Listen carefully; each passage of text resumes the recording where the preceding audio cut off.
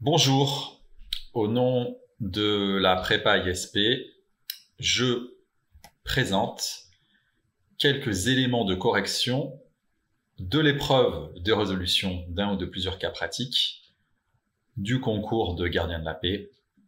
Nous travaillerons sur la session de septembre 2022. Tout d'abord, je vous présente ce livre réalisé par les éditions Nathan en collaboration avec la prépa ISP. Vous y trouverez de nombreux conseils, des méthodes pas à pas, particulièrement pour l'épreuve de résolution d'un ou de plusieurs cas pratiques, des exercices et des sujets à corriger, ainsi que des vidéos offertes par la prépa ISP. Donc je vous recommande l'achat de cet ouvrage. Nous allons commencer par rappeler ce qu'est l'épreuve de résolution d'un ou plusieurs cas pratiques, donc le RCP, et ce qu'est un cas pratique. Donc je vous laisse lire.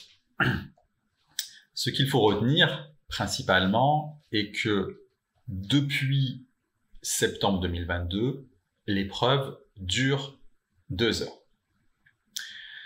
C'est l'épreuve qui a le plus fort coefficient à l'admissibilité et elle est commune aux 3 concours. Qu'est-ce qu'un cas pratique? Un cas pratique est composé d'une situation réaliste qui correspond donc à ce que peut rencontrer un gardien de la paix. À noter que depuis septembre 2022, le cas pratique a quitté sa forme d'origine et la forme qui est toujours majoritaire, c'est-à-dire un texte d'un ou de 2 paragraphes séparés par une ou des questions, et qu'il peut prendre certaines fois donc la forme d'un croquis, ça a été le cas en mars 2023, ou la forme d'un dialogue, un petit peu comme dans une bande dessinée avec des bulles. Cela veut dire qu'il faut donc vous attendre à avoir régulièrement dans les sujets officiels une variante à l'institution faisant preuve d'une forme, d'originalité. Et le but, évidemment, est de bien garder en tête que les cas s'analysent de la même façon, quelle que soit leur forme, c'est-à-dire qu'on cherche toujours qui, quoi, où, comment, quel est l'enjeu, quel est le problème rencontré et de quelle infraction il va être question. À noter également que tous les cas pratiques valent le même nombre de points, qu'il s'y trouve une question ou plusieurs questions. C'est un élément primordial à toujours avoir en tête. Attention à la tentation de répondre très longuement à un cas pratique qui aurait 3, 4, 5 questions. Et à l'inverse, de répondre peu à un cas pratique qui n'aurait que 2 questions, voire une question. Avec le changement de forme de l'épreuve, il est peu probable qu'un cas pratique n'ait qu'une question. Néanmoins, cela reste tout à fait possible. Donc tous les cas valent le même nombre de points. Et petite nouveauté, on y reviendra juste après, depuis septembre 2022, des points sont consacrés à l'orthographe, à la grammaire et à la syntaxe. Attention, 5 points ont été consacrés en septembre 2022, 5 points en mars 2023, mais ce n'est pas la forme définitive. S'il y avait 4 cas pratiques, peut-être que les 5 points deviendraient plus ou moins. Dans tous les cas, il semble très clair que l'institution a voulu sanctionner les copies qui manquaient de maîtrise, à la fois au niveau de l'orthographe ou au niveau de la ponctuation. Nous allons travailler autour de 4 entrées. La nouvelle forme de l'épreuve, comment se préparer à l'épreuve, qu'est-ce qu'une copie réussie, et nous allons examiner le sujet. Vous trouverez donc dans cette vidéo des conseils qui ont déjà été dits dans les autres vidéos. Néanmoins, si vous préparez le concours, je vous invite à regarder toutes les vidéos. Vous pourrez puiser dedans des éléments qui vous permettront de mieux comprendre les attentes de l'épreuve. Donc, regardez toutes les vidéos. Alors, nous commençons avec la nouvelle forme de l'épreuve. Tout d'abord, il y a une nouvelle notation, je viens de le dire. Les cas pratiques valent toujours le même nombre de points. Le barème n'est toujours pas indiqué. On ne sait pas quelle question vaut le plus de points. La nouvelle notation concerne donc les points consacrés, 5 pour septembre 2022 et mars 2023, à l'orthographe, la syntaxe et la grammaire. Alors, ce qui est surtout attendu du candidat est la maîtrise de la phrase. Si vous faites 3, 4, 5 fautes, vous ne serez guère sanctionné, peut-être 1 point. Au-delà de 5 fautes, on va considérer qu'on peut sanctionner plus lourdement. Néanmoins, l'orthographe reste moins sanctionnée qu'une phrase mal ponctuée. En effet, une phrase qui est mal ponctuée, soit est incompréhensible, soit offre plusieurs interprétations. Or, pour le travail que vous envisagez, pour le travail pour lequel vous êtes candidat, il est impératif que l'écrit soit clair, précis et n'offre pas plusieurs interprétations possibles. Sinon, les rapports avec le monde de la justice risquent d'être compliqués pour votre supérieur hiérarchique. Donc d'abord, maîtrisez vos phrases. C'est sur ça que portent les 5 points.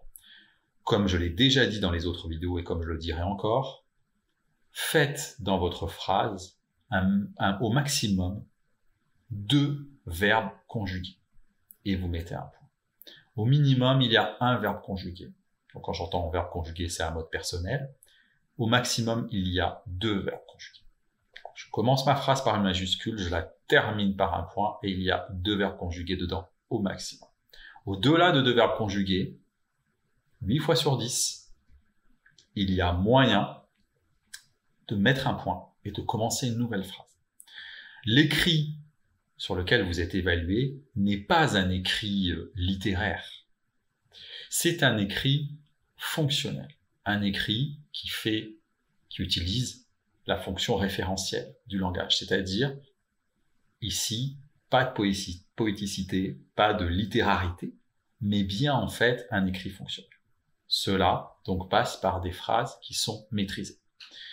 Votre correcteur est à minima un brigadier. Il a donc souvent des subordonnés, enfin il a obligatoirement des subordonnés, quasiment à chaque fois. Si vous lui rappelez telle ou telle personne qui officie dans son service et dont les écrits sont détestables à tel point qu'il est obligé sans cesse de revenir, ou que ça lui cause des remontrances ou des remarques d'autres institutions, il est fort à parier que, en fait, il sanctionnera très sévèrement votre copie. Donc, première chose, on maîtrise sa phrase. Pour l'orthographe, rassurez-vous, il y a des fautes dans tous les sujets officiels, sauf peut-être celui de septembre 2022. Dans les autres, il y a des fautes. Et tout le monde fait des fautes. Donc, plus ou moins grave, mais on n'est pas à l'erreur. Il n'y a pas, lorsqu'on réalise un devoir, il y a une forme de pression et c'est presque, attendu qu'il y ait 1 ou 2 fautes qui se baladent dans la copie. On fait tous des erreurs, donc 1 ou 2 erreurs ne seront pas lourdement sanctionnées. Dans une vidéo précédente, j'ai fait une grosse erreur de langue. Donc, vous voyez, on n'est pas à l'abri, même en s'entraînant, de faire de grosses erreurs. Ce qu'il faut, c'est que l'ensemble de la copie soit vraiment clair, précis. Deuxième point, un nouveau coefficient. Donc, le coefficient varie selon le concours, suivant le type de concours. Il y a 3 concours. Le concours externe, le premier interne et le second concours interne. Ce n'est pas le même coefficient. Et surtout, nouvelle durée. 2 heures maintenant, je l'ai déjà dit, je ne reviens pas dessus. Durée qui engendre donc une difficulté à mon sens du concours. Le concours devient plus difficile puisque là, sans prérequis, en 2 heures, ce sera nettement plus compliqué qu'en 3 heures. Et enfin, donc, une variété du contenu des cas pratiques. Alors, sur septembre 2022, de mémoire, une forme dialoguée, mais surtout en mars 2023, puisque au moment où je réalise cette vidéo, le concours de la session de mars 2023 est passé, en fait, un croquis. Donc, attention à bien se préparer à plusieurs formes, à s'attendre à ce qu'il y ait une surprise, éventuellement, dans le sujet. C'est peu le cas pour septembre 2022, mais l'institution peut toujours faire preuve de créativité. Essayer finalement de désarçonner les candidats est une façon de sélectionner les candidats dans un métier où, vous le savez, vous ne saurez pas à l'avance comment se passera votre journée. Peu de chance, si vous êtes en patrouille, il va y avoir en fait des surprises. Donc, tentez finalement de désarçonner le candidat par une forme un petit peu variée est tout à fait logique et légitime. Comment se préparer à cette épreuve? Bien, tout d'abord, en connaissant les prérequis qui, pour moi, sont incontournables. Certains articles du Code pénal, certains articles du Code de procédure pénale sont à connaître. Il va falloir, en fait, pas être capable de les réciter par cœur, mais savoir à quel article correspond, par exemple, la flagrance. C'est à mon sens le meilleur exemple, c'est pour ça que je le cite souvent. Autre prérequis, le code de déontologie et la charte d'accueil du public. Très souvent, un cas pratique porte sur l'accueil du public, une des missions que vous aurez à faire, vous serez au contact des usagers et pas qu'au contact des délinquants. Donc, ces codes sont à connaître. On l'a vu lors de la session de mars 2023. Le code de déontologie n'était pas cité dans le dossier documentaire, ce qui est rare, ce qui était même novateur, on va dire, ni la charte d'accueil. Pourtant, je pouvais, bien entendu, les placer dans ma copie, et ceux qui ont réussi à les placer à bon escient, évidemment, montrent au jury leur travail. C'est cela qui est bonifié. C'est comme ça que l'on se différencie d'une autre copie.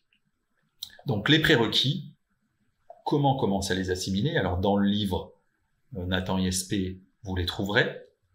Une grande vague de prérequis qui vous permettra, en gros, de savoir que tel article, ça correspond à telle chose, hein, pas à le connaître par cœur, mais savoir que l'article sur le port des menottes, par exemple, c'est tel article de loi, etc. Savoir ce que je peux faire en fonction de la loi. Mais aussi en étudiant très attentivement les dossiers documentaires des sessions précédentes. Mon conseil, rendez-vous sur le site de la prépa USP, je mettrai un lien tout à l'heure. Sur ce site, vous trouverez donc les annales des concours précédents, téléchargez, étudiez les dossiers et vous verrez les articles qui reviennent souvent, les codes qui reviennent souvent, permettra déjà d'avoir des prérequis. Donc ça, il faut avoir. Autre prérequis qui est lié au point 2, l'esprit, la culture de la police, eh bien, en fait, toute profession a un sociolecte. Sociolecte, ce sont souvent d'ailleurs des abréviations, des sigles ou des acronymes qui sont connus essentiellement, principalement et même quasi totalement par une profession. Dans le monde de l'éducation nationale, par exemple, les professeurs peuvent parler de HSE. Et donc ce terme, HSE, est connu des professeurs, et donc il rentre dans le sociolecte. Dans le livre, pareil, nous vous donnerons en fait les grands termes à connaître, ou du moins à avoir un petit peu en tête, pour retenir des éléments de sociolecte qui seront à placer dans votre copie. Par exemple, station directrice. C'est évident que ce terme-là est à connaître. Ils vous serviront également pour l'oral, puisque le but finalement de tout ce concours est de montrer que vous tentez ou que déjà vous raisonnez en policier, que déjà vous faites partie de la maison. C'est un concours difficile, contrairement à ce que peuvent dire certains. Ce n'est pas n'importe qui est pris, il y a une vraie sélection, un travail colossal du jury pour sélectionner les meilleurs candidats. Et donc, ce concours se prépare Et la première façon de bien se préparer à l'épreuve de résolution d'un ou plusieurs cas pratiques est évidemment d'acquérir prérequis, esprit et culture police nationale. Consultez le site du ministère, consultez le site Devenir policier, procédez à une lecture quotidienne des journaux. Alors, pas le journal en entier, un seul, ça peut largement suffire, comme Le Monde évidemment, mais repérez les articles qui évoquent la police. De ces articles, faites une courte synthèse, 4-5 lignes pour résumer. Apprenez les lois qui vont de près ou de loin être liées à la police. Alors surtout celles de près, mais aussi apprenez les lois qui portent en fait, si vous voulez, sur des sujets sociétaux. Par exemple, les rodéos urbains sont tombés en septembre 2022. On pouvait également s'attendre depuis un moment à la question des rapports hommes-femmes, donc de l'outrage sexiste qui est tombé en mars 2023, comme la question du harcèlement scolaire. Si vous avez lu ça, ce sont des grands thèmes sociétaux qui sont ancrés dans l'actualité, eh bien vous êtes certain qu'à un moment donné, ça sort, et là, c'est jackpot si vous placez la loi, par exemple, qui garantit à un élève une scolarité sans harcèlement scolaire. Vous connaissez cette loi, vous la citez à bon escient, eh bien en fait, cela prouve votre connaissance de l'actualité. Cela vous servira aussi bien à l'oral que pour une autre épreuve d'admissibilité sur le fameux QCM, qui est très ancré dans l'actualité. Il évoque une forme de culture générale, mais on va plutôt être vraiment sur l'actualité. Donc c'est important de connaître en fait ce qu'il se passe et de résumer, synthétiser, résumer vous permettra vraiment de vous préparer à l'épreuve. Troisième point. Je me prépare en rédigeant, je l'ai dit dans les autres vidéos, à la main. Les candidats et les candidates, puisqu'il y a énormément de candidates, qui aspirent à devenir policiers. Pour les externes, il s'agit souvent de personnes jeunes qui ont pris l'habitude dans leurs études de travailler sur l'ordinateur. Alors à toutes ces personnes, je le dis, rédigez à la main avec un stylo noir à billes, puisque c'est ce qui est demandé au concours. Qu'est-ce que ça veut dire? Eh bien, ça veut dire que vous devez rééduquer votre main à l'écriture. Donc au concours, c'est marqué un stylo bille à encre noire. Pas de correcteur, pas de stylo à friction, pas d'autres couleurs, pas de plumes, évidemment pas de crayon de papier et évidemment pas de stabilo. Donc, on s'entraîne à écrire, en fait, vraiment à la main, d'abord pour rééduquer son poignet à l'écriture. Deuxième chose, on rédige le plus souvent possible en ponctuant très nettement ses phrases pour habituer l'esprit à le faire. C'est une tournure à prendre. Un écrit fonctionnel, donc bien ponctué, 2 verbes maximum, point, ligne. Donc, on rédige le plus souvent possible, on lit un article, on fait une petite synthèse en ponctuant correctement. On se corrige, ça veut dire que on constitue une banque, qui fait partie de la préparation, une banque d'éléments liés à la police. Les articles de journaux, ceux que je relève sur le site du ministère, etc. Une banque culturelle, qui me permettra à un moment donné de briller devant le jury, aussi bien à l'écrit qu'à l'oral. Et je reviens sur cette banque très régulièrement, à la fois pour mémoriser, mais aussi pour voir si je ne peux pas améliorer mon écrit, le rendre encore plus synthétique, le rendre plus clair. Ensuite, au travail, j'analyse des dossiers documentaires. À nouveau, je travaille sur les dossiers documentaires, je tire les idées clés. Ces idées clés, ce n'est pas parce qu'elles sont tombées une fois qu'elles retomberont pas. Il y a des sujets, des cas pratiques qui sont tombés en 2019 ou en 2020, on peut très bien imaginer qu'ils vont revenir sous une autre forme, mais que l'idée y sera. Donc, analyser les dossiers documentaires permet, en fait, de préparer. Quatrième point, un entraînement ciblé et un entraînement dans les conditions du concours. Alors, par entraînement, j'entends des entraînements. L'entraînement ciblé va être, par exemple, de m'astreindre à répondre à une question de type action en tant de minutes sur tel cas. Sur des annales, par exemple, je prends un sujet. Donc, régulièrement, je rédige des réponses à des questions liées à un sujet de l'épreuve de résolution de cas pratiques. Et puis, indispensable, je planifie des devoirs réalisés dans les conditions du concours. Donc ça aussi, vous verrez que c'est quelque chose que j'ai déjà dit et que je redirai, c'est un indispensable. Il est très risqué, et encore plus maintenant que l'épreuve dure 2 heures, il est donc très risqué de ne réaliser un devoir dans les conditions du concours que le jour J, c'est-à-dire que le jour du concours. Donc de ne pas réaliser de devoir dans les conditions du concours. C'est difficile de finir en 2 heures. Donc le premier devoir que vous faites, sans tricher, hein, pas de téléphone, pas d'internet, je me colle devant ma copie, avec mon stylo. On peut laisser courir le temps. On surveille, au bout de 2 heures, on voit où on en est, on tire un petit trait, et on essaye de faire le meilleur premier devoir possible pour un petit peu rentrer. Mais à partir du deuxième devoir, eh bien, il faut réaliser le travail en 2 heures. Si vous dépassez, vous tirez à nouveau un trait et vous voyez ce qu'il vous a manqué au niveau du temps. C'est-à-dire, en gros, à combien j'ai fini. Est-ce que j'ai fini à 2h30, à 2h40?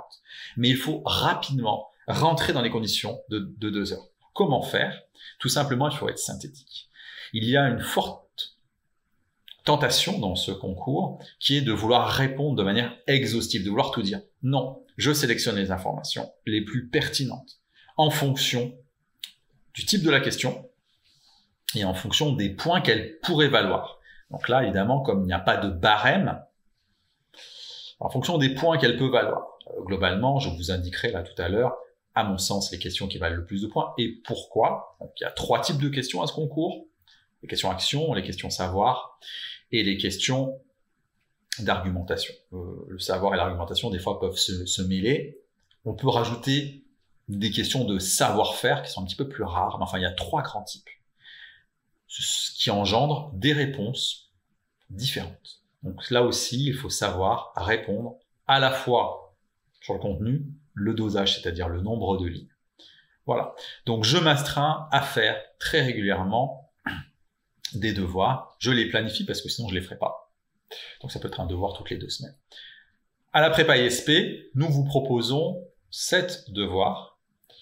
Alors si vous faites les 7 devoirs, en plus des annales qui sont corrigées à la prépa ISP, je peux vous assurer que vous serez prêt vraiment à, à l'épreuve. Vous rentrerez à la fois au niveau du fond et de la forme, vous serez dedans, en tout cas au niveau du temps, vous finirez. Puisque nous vous proposons des devoirs qui sont corrigés de manière formative, c'est-à-dire qu'ils vont donner des conseils, des pistes d'amélioration pour que vous progressiez. Et pas juste un devoir où il y a une note qui n'aide pas forcément le candidat à comprendre là, entre guillemets, comment s'améliorer. Alors, il comprend par rapport à la note sur chaque question ce qu'il a réussi, ce qu'il a raté, mais comment s'améliorer. Donc voilà, des entraînements réguliers. Ce qui m'amène au point suivant, qu'est-ce qu'une copie réussie? Donc, je l'ai bien détaillé dans d'autres vidéos, donc vous pouvez les regarder, je vais essayer d'être assez bref. Donc d'abord, règle de base, pour tous les concours, pour tous les examens, pour les élèves comme pour les candidats, une copie réussie est une copie qui facilite le travail du correcteur. Qu'est-ce que ça veut dire? Je fais attention à ma graphie, j'essaye d'écrire le plus joliment possible. J'aère ma copie, je fais pas des pâtés, des trucs ignobles. À l'œil, ma copie doit être séduisante. Je ne saute pas des lignes n'importe comment. Dans une même question, je saute pas une ligne dans une même réponse, je saute pas une ligne parce que le correcteur va se demander qu'est-ce que je fais. J'indique très clairement, maintenant il faut le faire, le cas pratique sur lequel je travaille. C'était déjà ce qu'il fallait faire avant, mais j'indique maintenant le numéro de la question. Donc par exemple, je mets cas pratique numéro 2, question 1. Ça, c'est clair. Je facilite. Mon correcteur doit savoir ce qu'il est en train de corriger. Je peux éventuellement, en 2 heures, c'est un petit peu serré. À mon sens, c'est meilleur faire une petite introduction pour les cas actions. On pourra en reparler, c'est-à-dire je recontextualise, mais à minima, je reprends les mots-clés de la question. Une bonne réponse est une réponse qui n'oblige pas le correcteur à aller relire la question. Normalement, c'est ça, une bonne réponse. Ou du moins une réponse qui commence dans les formes. Donc je facilite le travail de mon correcteur, je contrôle ma ponctuation et bien sûr l'orthographe. au maximum de mes compétences. Donc une copie réussie, c'est une copie qui est organisée et équilibrée. Équilibrée, ça veut dire que chaque cas pratique est traité équitablement, c'est-à-dire qu'il a le même volume à peu près de lignes et de qualité que les autres. C'est très souvent, on voit les candidats qui sont peu, mal ou pas entraînés. La copie se termine de manière très abrupte. En gros, il y a 3-4 lignes de réponse à un cas. L'écrit devient complètement horrible, c'est-à-dire aussi bien au niveau de la formation des lettres que du contenu. Voilà, donc non, j'équilibre bien mon travail, donc je me donne un temps pour traiter chaque cas. Voilà, donc là aussi, méthode qu'on vous présentera à la prépa ISP et dans le livre. Ma copie est organisée, c'est-à-dire que je l'organise d'abord au niveau des questions. Comme je vous l'ai dit tout à l'heure, indiquez le cas et la question. Alors, vous n'êtes pas obligé de répondre au cas pratique dans l'ordre. Vous pouvez très bien commencer par le cas numéro 3. À l'intérieur du cas numéro 3, par exemple, vous pouvez très bien commencer par la question 3, la 4 ou la 5, qu'importe. Par contre, vous n'avez pas le droit de faire un va-et-vient entre des cas. Qu'est-ce que ça veut dire? Si je commence le cas numéro 3, je réponds à toutes les questions du cas dans l'ordre choisi, mais à toutes les questions du cas, je ne pars pas au cas pratique numéro 2 pour revenir au cas pratique numéro 3. Donc ça, on organise. Une copie organisée, c'est aussi une copie dont la réponse, en fait, eh bien, contient les éléments attendus. Par exemple, il est très souvent implicitement demandé, quand ce n'est pas explicitement, de citer tel ou tel article. Donc voilà. Il y a une forme à respecter, une forme au niveau de la réponse, particulièrement pour les cas actions, pour montrer l'organisation. Votre esprit doit, en fait, agir de manière organisée. C'est très important pour montrer à votre correcteur que vous êtes déjà un futur professionnel et que vous êtes organisé dans un travail qui contient, comme je l'ai dit, plein, entre guillemets, d'inattendus. Et donc, lorsqu'il y a une situation comme ça de crise, ou lorsqu'il y a une situation de violence, une situation problématique, il faut tout de suite que je sois organisé. C'est-à-dire savoir ce que je dois faire très rapidement. Là, est-ce que je sors mon arme de service? Là, à quel moment je réfère à la station directrice, etc. Eh bien, c'est la même chose dans la copie. Organisez vos réponses. Ensuite, troisième point, qu'est-ce qu'une bonne copie? C'est une copie qui montre un esprit policier, c'est-à-dire que vous allez placer des éléments culturels de la police ou liés à la police. Bon, je l'ai dit, je reviens pas.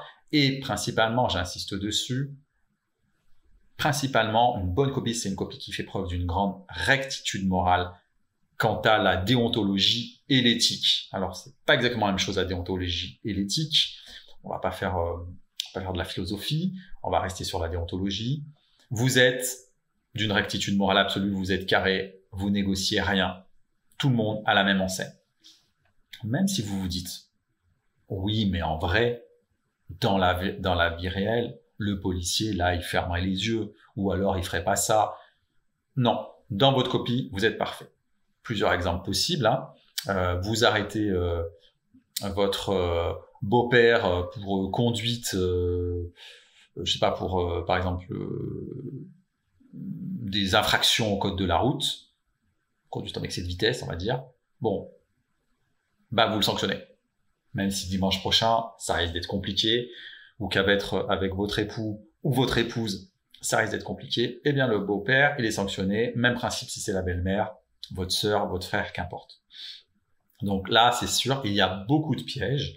Dans le sujet 2022, il y avait comme ça des demandes, en fait, qui allaient tester votre rectitude morale. Vous serez éliminé, entendez bien, vous serez éliminé si dans une copie, vous dites « Bon, là, mon collègue, il veut telle chose, c'est mon supérieur, ok, c'est pas si grave que ça. Ok, je ne fais pas ce que je serais censé faire. » Vous serez éliminé et à l'oral, même principe. Hein, on peut vous tester sur des questions. Vous n'êtes pas de service. Vous êtes en train de courir. Pour vous entraîner au trail de la police. Et puis, vous voyez un groupe de jeunes en train de consommer des substances illicites. Que faites-vous? Voilà. Ou alors, dans ce groupe de jeunes, il y a en fait le frère de votre voisine, enfin, etc., etc. Toujours rectitude morale. Rappelez, la rectitude morale, c'est aussi de bien en fait vous comporter par rapport à l'usager, mais aussi par rapport au délinquant ou par rapport à celui qui ferait une infraction. C'est-à-dire que, voilà, pas d'insultes, pas de coups inutiles, ce genre de choses, effectivement. Voilà, rectitude morale, c'est très important pour ce concours. Et dernier point, une copie réussie est une copie qui montre des compétences et du travail. Alors le travail se manifestera évidemment quand vous allez, apporter des éléments culturels notoires. Par exemple, la police, une des devises pour la patrie, il veille, donc à connaître, aussi bien en français par exemple qu'en latin. Ça peut se placer, vous allez placer telle loi qui n'est pas dans le dossier documentaire, vous allez réfléchir comme un policier, et puis une copie qui montre du travail, c'est une copie où lorsque la question attend un élément du dossier documentaire, il est dans votre réponse. Cet élément doit être dans votre réponse. Par exemple, sur le cas où d'études, enfin sur le cas pratique, pardon, qui portait sur la voiture, on va le voir tout à l'heure, sur le logiciel, le CIV, eh bien, il fallait référer à historique. Donc ça, vous le verrez à la fin de la vidéo. C'est-à-dire que il y a des éléments primordiaux dans le dossier, ils doivent être. Ça montre au jury que je sais comment analyser, que je sais synthétiser, que je sais prendre des informations essentielles. Donc une bonne copie, elle montre toujours des compétences et du travail. Ça sera nettement valorisé si vous faites référence à la charte d'accueil à bon escient, etc. Ça, très très important pour réussir. Donc voilà pour ce qu'est une copie réussie. Pour le reste, évidemment, il y a d'autres conseils où j'enfonce des portes ouvertes, hein, je l'ai déjà fait. C'est-à-dire que, par exemple, évidemment, c'est une copie qui traite qui traite le sujet entièrement, qui répond aux questions entièrement. Voilà. Sur ces grandes lignes-là, en tout cas, je vous ai donné ce qui pour moi était une copie réussie. Alors, pour la suite, nous allons donc passer au quatrième point, donc le point le plus attendu des futurs candidats et des candidats, examen du sujet et des exemples rédigés. Donc on va se promener dans le sujet de la session de septembre 2022. Donc je vous demande, s'il vous plaît, de bien vouloir le télécharger sur le lien que je vous indique. Ça vous permettra de suivre plus clairement. Donc d'abord, qu'est-ce qu'on peut dire? Il y avait 3 cas pratiques, 9 questions et un dossier documentaire de 9 pages. Ce sujet était très attendu puisque, avant, l'épreuve durait 3 heures. Donc la première question, on s'est tous demandé, est-ce qu'on va garder 5 cas pratiques, ce qui était la forme implicitement choisie avant, ou est-ce que ça va être réduit à 2, 3, 4 cas pratiques et surtout le nombre de questions. Là, ce premier sujet était facile, nettement plus évident que le sujet de mars 2023. Il est très équilibré, 3 cas pratiques, 9 questions, 3 questions par cas, et un dossier documentaire, en fait, de 9 pages. Alors, je vais commencer par ce qui est malheureusement souvent négligé par des candidats, le dossier documentaire. Donc, si vous l'avez, vous pouvez le télécharger. Alors, petit tour sur ce dossier documentaire qui était globalement, en fait, plutôt bien construit, comme souvent, mais très facilitant en fait pour les candidats. Donc, il va reprendre des articles du code pénal et puis les stars du code de la procédure pénale, l'article 53 et 73 et l'article 53 et l'article 73 à connaître en amont. Ça fait partie d'un prérequis.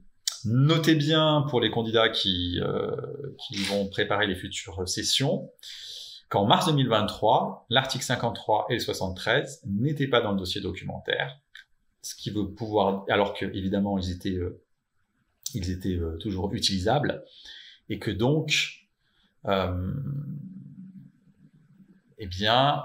cela voulait dire que l'institution peut-être attend désormais que les candidats les connaissent.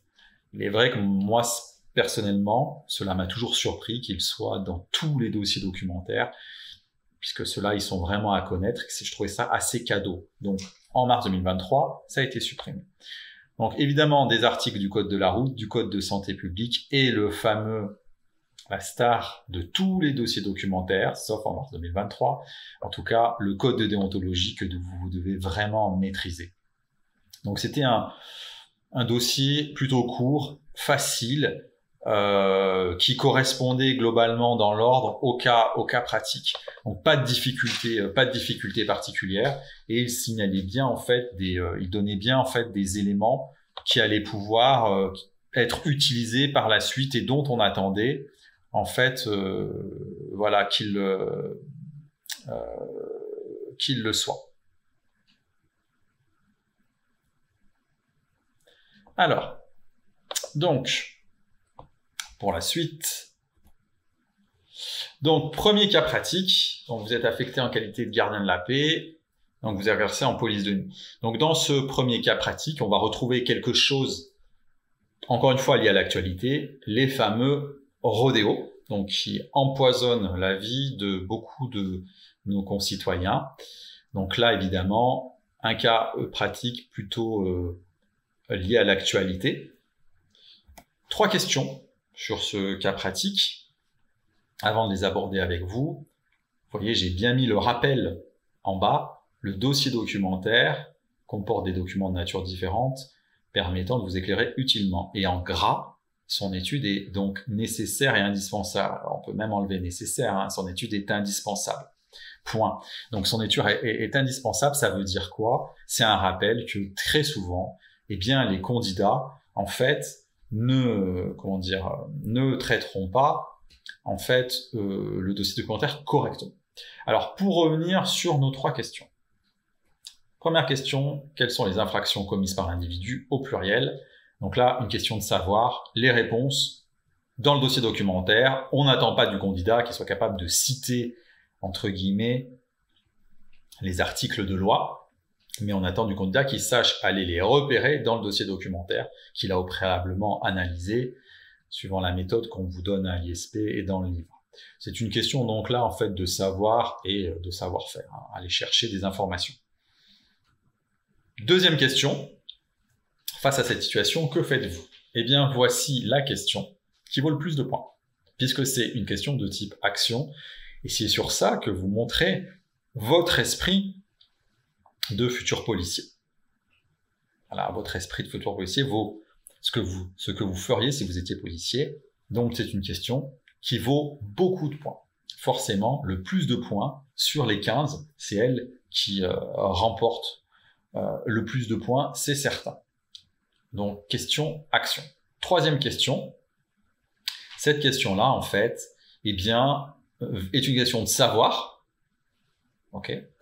Et aussi plus ou moins une question d'argumentation qui est, alors on est plus dans le savoir, puisque là il va falloir aller chercher dans les documents, elle est plus complexe que la une, elle est moins facile à trouver, et bien équilibrer sa réponse, c'est-à-dire, ça ne veut pas dire là cette fois un nombre de lignes équivalent, mais que les 2 points y soient, bien équilibrer ma réponse en montrant comment, en fait, on peut lutter de manière répressive contre les rodéos autorisés, et de manière préventive. Voilà, c'est-à-dire qu'il ne faut pas être que sur le répressif, mais il va bien falloir donner en fait les deux. Donc vous voyez, si je suis candidat, et que j'ai choisi de commencer par le cas numéro 1, eh bien, en fait, d'abord je lis toutes les questions, ça c'est impératif, et je fais très attention à la question numéro 2. C'est celle-là qui vaut le plus de points, et puis en haut, à droite, où je veux, j'indique un nombre de minutes pour lequel je vais traiter le cas. Chaque cas, en fait, je traiterai chaque cas à peu près dans le même nombre de minutes, ça va me permettre d'avoir, si vous voulez, un chrono.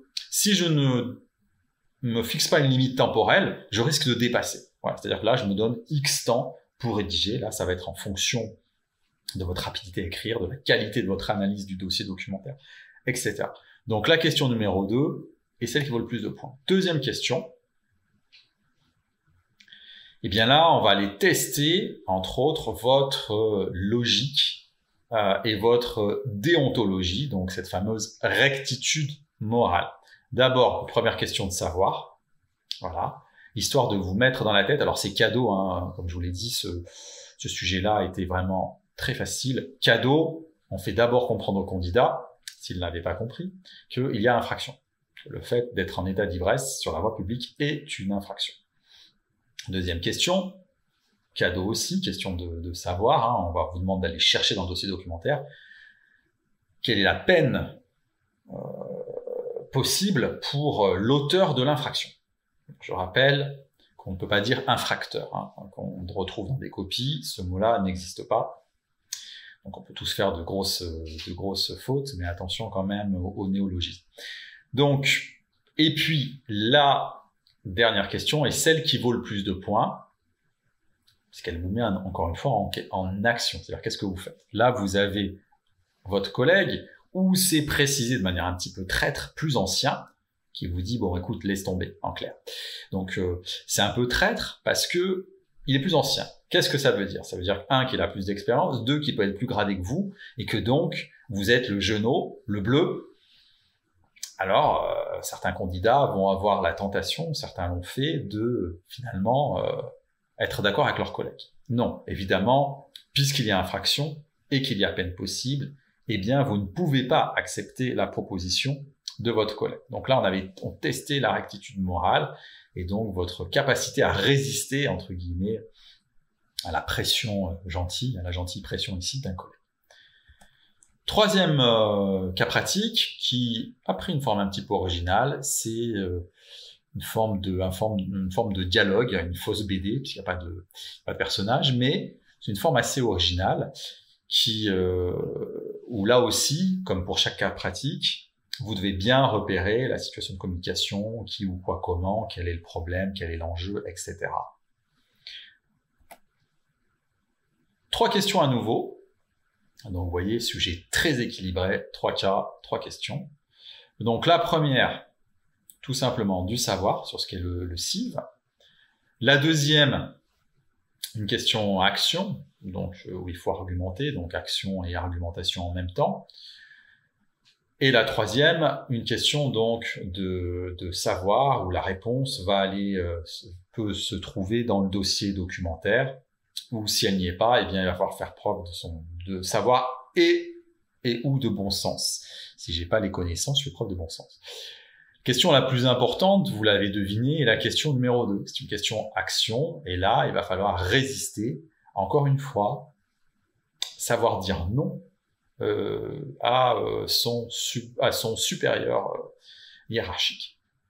Donc, cas plutôt facile, question assez facile aussi, donc sujet globalement qui permettait aux candidats en fait de répondre avec plus de temps que le sujet de mars 2023. Alors quand un sujet est facile, globalement, eh bien on sanctionnera plus les écarts, c'est-à-dire celui qui ne rentre pas dans les normes ou celui qui est à côté, celui qui ne finit pas, on va sanctionner durement, puisque là il y avait nettement la possibilité de terminer en 2 heures et beaucoup d'informations étaient données dans le dossier documentaire. Alors les éléments maintenant, je propose des réponses que j'ai rédigées. Alors je commence avec la question numéro 1, la question 3 pardon du cas pratique numéro 1. Donc je rappelle que vous ne recopiez surtout pas les questions, que vous indiquez juste cas pratique numéro 1, question 3 et que vous répondez en dessous, vous pouvez sauter une ligne, voilà. Donc sur les rodéos motorisés, donc vous voyez le principe est d'être évidemment clair, synthétique, précis. Donc pour cela, je reprends en fait dans les premières lignes des mots-clés qui permettent de contextualiser. Alors on m'a déjà demandé, est-ce qu'on est obligé de faire une introduction de cas? Non, vous n'êtes pas obligé, et surtout en 2 heures. Néanmoins, lorsqu'il y a une question-action, par exemple, c'est toujours plus intéressant de recontextualiser. Mais ça, il faut avoir les qualités littéraires pour le faire. Et il y a de très bonnes copies avec des notes extrêmement flatteuses qui commencent par « face à cette situation, je fais ça, ça, ça, ça ». Donc, vous voyez là, petite introduction dans ma réponse. D'accord? Et ensuite, eh bien, je vais justifier. Donc là, évidemment, je vais citer le code pénal et le code de la route. la loi 2018-701, voilà, l'article L 236 du Code de la route, etc. Je rajoute un élément, alors je ne sais plus si c'était dans le dossier documentaire, j'ai oublié. Si ça y est, évidemment, c'est très bien de le mettre. S'il n'y était pas, là, c'est de la connaissance pure, et pour moi, ça impressionnera mon jury, ou du moins, ça sera bonifié. 1200 engins motorisés ont été cessés en 2021. Donc ça, c'est un vrai chiffre. Alors, n'inventez jamais de chiffres, hein, parce que maintenant, avec les téléphones portables, on peut aller vérifier une citation, on peut aller vérifier des chiffres, hein, ce qui n'était pas le cas il y a une trentaine d'années, mais là, maintenant, on peut aller vérifier, donc on n'invente pas. Voilà. Et puis, deuxième paragraphe, vous voyez, où là, je ne saute pas de ligne, mais je reviens à la ligne pour montrer que c'est un autre paragraphe dans une même réponse. Eh bien, la partie sur la prévention, où évidemment, en fait, là, je vais parler de ce que vous connaissez déjà, hein, les ralentisseurs, les caméras de surveillance, mais aussi les fameux stages de moto gratuits qui font débat. Donc, si vous suivez l'actualité, vous savez pourquoi, pour certains, c'est complètement aberrant d'offrir des stages de moto gratuits sur des circuits adaptés, et pourquoi pour d'autres, au contraire, c'est une très bonne solution. Donc, vous voyez, réponse précise, complète, claire, qui ne n'oublie pas, évidemment, de prendre des éléments du dossier documentaire, en l'occurrence ici les articles de loi et les codes. Deuxième réponse que je vous propose, une question en fait d'argumentation, c'est-à-dire sur les 15 points, voici la question en fait qui vaut le plus de points. Donc comme je vous l'ai dit, on peut très bien commencer sa réponse par « face à cette situation, blablabla, je blablabla ». Ok. Moi, je préfère que ma réponse soit complète et qu'elle rappelle le contexte. Mais encore une fois, ne perdez pas trop de temps à cela et soyez synthétique. Donc, je vais lire en fait mon rappel du contexte. Gardien de la paix, je suis affecté à l'accueil du commissariat. Mon poste est relié au système des immatriculations de véhicules, SIV. Le brigadier Bravo me demande de me connecter au SIV pour une vérification à des fins privées pour le compte d'un collègue. Point. Voilà, bing, voici le rappel de la situation. Donc, petite remarque, lorsque vous utilisez un sigle ou un acronyme, donc un sigle c'est par exemple SNCF, un acronyme ça va être SIV, vous l'écrivez d'abord en entier, sauf cas particulier, par exemple pour le RAID, c'est ce qu'on appelle un acronyme, et donc le RAID on l'écrit pas en entier. Mais globalement, voilà, j'écris d'abord système d'immatriculation de véhicules, le SIV. Donc je rappelle d'abord le contexte, qui permet donc de montrer à mon correcteur que j'ai synthétisé le cas. Donc là encore, c'est bonifié. Et puis après, d'emblée, je pose ce que je fais. C'est-à-dire que là, je refuse sa demande. Ensuite, je justifie. Et c'est là que je vais à nouveau utiliser des éléments donc, qui sont vraiment cette fois à connaître, des éléments notoires. En l'occurrence, la loi du 13 juillet 83, celle du 20 avril 2016. Et je vais me référer au code de déontologie de la police et de la gendarmerie nationale, qui était donné dans le dossier documentaire. Donc là, j'extrais le ou les bons codes. Donc, nouveau petit commentaire. À police et gendarmerie nationale, vous pouvez mettre une majuscule, mais pas à national. C'est-à-dire soit un P majuscule ou un P minuscule, mais on ne met pas de N majuscule à national. Donc, voilà pourquoi. Donc, là, je réfère à ces codes, à ces articles. Je peux les citer ou pas. Bon, j'ai choisi de le faire, on va dire que j'avais le temps. Je dirais que c'était sans doute possible pour septembre 2022 et nettement moins pour mars 2023. Mais en tout cas, voilà, je pointe le doigt vers le bon article. Et puis, je justifie en disant, je termine par justifier qu'évidemment, là, je me sers de la question 3, la question d'après, puisqu'avant de répondre, j'ai lu toutes les questions, en fait, je serais exposé à une sanction si on apprend que je consulte le SIV à des fins privées, évidemment, je peux être sanctionné. Donc, je rappelle, en fait, à la fin, je décroche un petit peu, je fais un autre paragraphe, donc je retourne à la ligne, pourquoi? Donc, j'explique que je refuse la recherche, et puis après, Je vais montrer au correcteur que j'ai bien étudié, en fait, le dossier documentaire en citant Istovec. Alors, personnellement, je ne connaissais pas Istovec avant de répondre à cette question. Mais voilà, là, c'est quelque chose qu'on peut attendre. C'est-à-dire que, en fait, j'ai un collègue qui me demande quelque chose. Quand je dis non, je crée une forme de tension. Il peut mal le prendre. En plus, il est plus gradé que moi. Forcément, si en plus je suis un bleu, voilà, ça peut vite. Mais je peux lui dire, attends, on consulte pas le CIV, mais il y a Istovec. Voilà, c'est le même principe. Dedans, tu trouveras en fait l'historique du véhicule et puis le fameux certificat de situation administrative du véhicule. Voilà, donc là, vous voyez, par exemple, il y a un écart.